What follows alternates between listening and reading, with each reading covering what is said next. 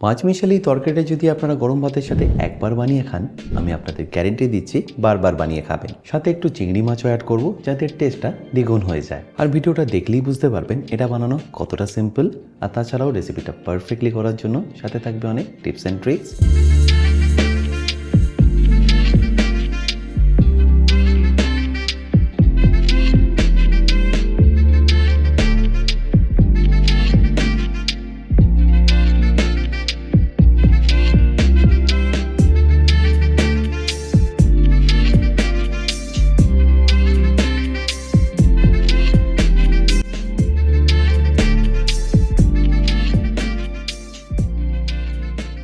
By the way, আমি chef Atanu, আপনারা দেখছেন অতনু রান্নাঘর।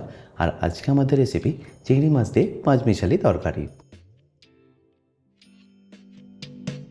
তাহলে এই পাঁচমিশালি তরকারিটা বানানোর জন্য আমি এখানে দেখুন কী কী নিয়ে নিয়েছি। এই পাঁচমিশালি তরকারিটা বানানোর জন্য আমি এখানে যে শাকটা ব্যবহার করব সেটা হলো পুঁই শাক। পাতাগুলোকে দেখুন আমি আগে থেকেই কিন্তু কেটে নিয়েছি, আর তারই সাথে ডাঁটাগুলোকেও ভালো করে ছাড়িয়ে নিয়ে ধুয়ে নিয়েছি। এরই সাথে নিয়ে নিয়েছি বেগুন, ঝিঙে, কুমড়ো, আলু, আর তার সাথে অল্প একটু চিংড়ি মাছও এখানে ব্যবহার করব। আচ্ছা, তরকারিটা বানানোর আগে আমি এখানে আপনাদের একটা পেস্ট বানিয়ে দেখাচ্ছি। আর পেস্টটা বানাতে লাগছে অল্প একটু আদা, তারই সাথে যাবে কাঁচা লঙ্কা ঝালের জন্য, সাথে কয়েকটা শুকনো লঙ্কাও দিয়ে দিচ্ছি যাতে রঙটা ভালো আসে। এছাড়াও লাগবে 2 চা চামচ গোটা জিরে। তারপর অল্প জল দিয়ে এটাকে ভালো করে পেস্ট করে নিন। আচ্ছা, এবার তরকারিটা বানানোর জন্য আমি এখানে একটা কড়াই নিয়ে গ্যাসটাকে অন করে তার মধ্যে দিয়ে দিচ্ছি সর্ষের তেল। আমি এখানে প্রায় 150 মিলি মতো সর্ষের তেল নিয়ে নিলাম, যেটাকে আমি ভালো করে প্রথমে গরম করে নেব। আর ভালো করে গরম হয়ে গেলে আমি এখানে দিয়ে দেবো চিংড়ি মাছগুলো। আমি এখানে 500 গ্রাম ছোটো সাইজের চিংড়ি মাছ নিয়ে নিয়েছি, যেটাকে আমি তেলে একবার এইভাবে ভালো করে ভেজে নেব। আর এটা ভাজার সময় এর মধ্যে দিয়ে দিন অল্প একটু হলুদ গুঁড়ো, আর তারই সাথে স্বাদ মতো নুন। তারপর এটাকে ভালো করে একবার মিশিয়ে নিন। আর মেশানো হয়ে গেলেই তুলে নিয়ে রেখে দিন একটা প্লেটের মধ্যে পরে ব্যবহার করার জন্য। আমি এখানে একটু ছোটো সাইজের চিংড়ি মাছ নিয়েছি, আপনারা চাইলে কিন্তু একটু বড়ো সাইজের চিংড়ি মাছও এখানে ব্যবহার করতে পারেন। এবারে একই চিংড়ি মাছ ভাজার তেলে আমি এখানে দিয়ে দেবো 1 চা চামচ 5 ফোড়ন, তারই সাথে একটা তেজপাতা। তারপর এটাকে একবার ভালো করে মিশিয়ে নিয়ে দিয়ে দিন এখানে আলুটা।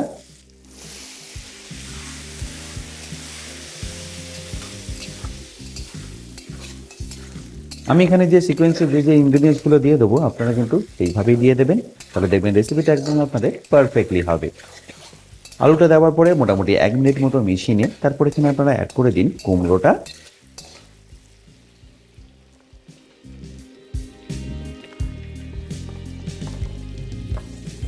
কুমড়োটা দেওয়ার পরে এটাকে আপনাদের ভালো করে একবার মিশিয়ে নিতে হবে। এই কুমড়ো আর আলুটা ভাজার সময় আপনারা এখানে দিয়ে দিতে পারেন অল্প একটু পেঁয়াজ, তাহলে দেখবেন তিনটে একদম পারফেক্টলি আপনাদের ভাজা হয়ে যাবে। খুব বেশি নয়, 2 থেকে 3টে পেঁয়াজ দিয়ে দিলেই হবে। তারপরে এটাকে আবারও মেশাতে থাকুন। ফ্লেমটা হাই রেখে এটাকে আপনাদের ভালো করে ভেজে নিতে হবে। মোটামুটি 2 থেকে 3 মিনিটের মধ্যেই দেখবেন এটা পারফেক্টলি কিন্তু ভাজাও হয়ে যাবে।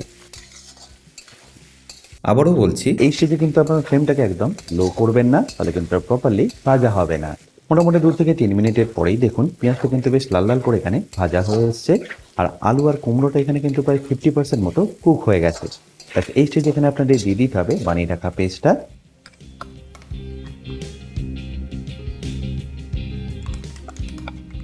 আর এই পেস্টের সাথে এখানে অ্যাড করে দিন অল্প একটু হলুদ গুঁড়ো, চাইলে একটু কাশ্মীরি লঙ্কার গুঁড়ো দিয়ে দিতে পারেন, বাট এটা কিন্তু একদমই অপশনাল। ব্যাস, এবার ফ্লেমটাকে মিডিয়াম টু লো রেখে এটাকে ভালো করে আপনাদের মিশিয়ে নিতে হবে।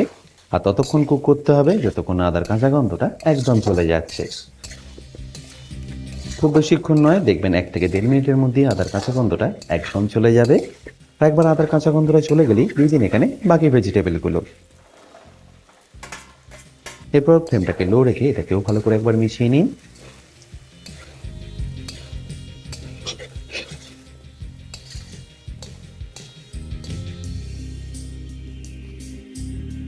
আর ভালো করে মেশানো হয়ে গেলে আমি এখানে দিয়ে দিচ্ছি স্বাদ মতো নুন,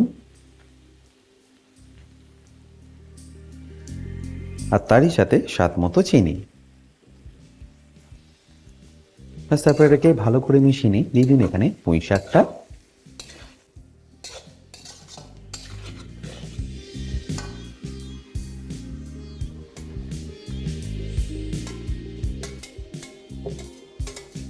আর পুঁই শাকটা দেওয়ার পরে এটাকে ভালো করে একবার মিশিয়ে নিন।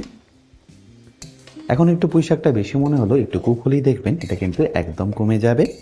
আপাতত এই স্টেজে কিন্তু আপনাদের কোনো রকম জল ব্যবহার করতে হচ্ছে না। পুঁই শাক থেকে যে জলটা ছাড়বে তাতেই দেখবেন এটা পারফেক্টলি কুক হয়ে যাবে। তরকারিটা কিন্তু আপনাদের একটু মাখামাখি দেখবেন, খেতে খুবই ভালো লাগবে। পুঁই শাকটা দিয়ে একবার ভালো করে মিশিয়ে নিয়ে ঢাকা দিয়ে এটাকে কুক করে নিন প্রথমে 3 থেকে 4 মিনিটের জন্য।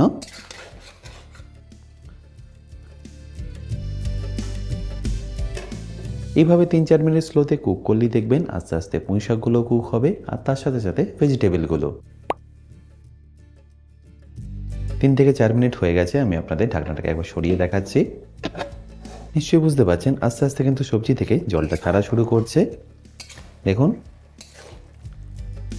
আর পুঁই শাকগুলো খুব ভালোভাবে কিন্তু কুক হয়ে যাচ্ছে।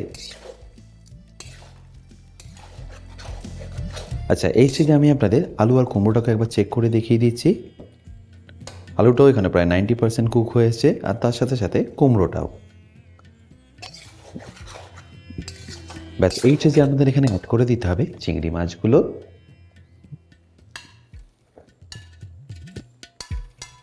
তারপর সেটাকে একবার ভালো করে মিশিয়ে নিয়ে কুক করে নিন আরও 2 থেকে 3 মিনিটের জন্য। এইভাবে কুক করলে দেখবেন চিংড়ি মাছের ফ্লেভারটা কিন্তু তরকারির মধ্যে খুব ভালোভাবে চলে আসবে। বাট আপনারা যদি চান এর মধ্যে অল্প একটু জল ব্যবহার করতে পারেন, বাট আমি এখানে একদমই ব্যবহার করলাম না।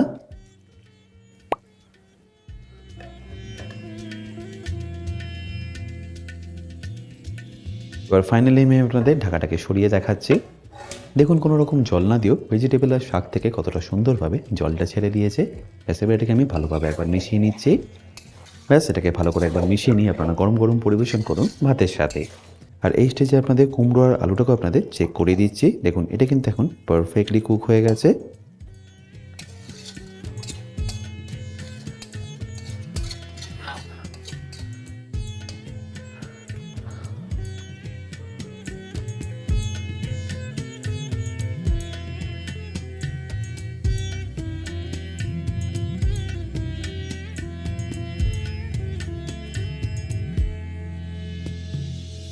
বাই দ্য ওয়ে, আমি শেফ অতনু, আপনারা দেখছিলেন অতনুর রান্নাঘর। দেখা হচ্ছে আপনাদের সাথে একটা নতুন রেসিপি নিয়ে নেক্সট এপিসোডে। ভালো থাকবেন, সুস্থ থাকবেন।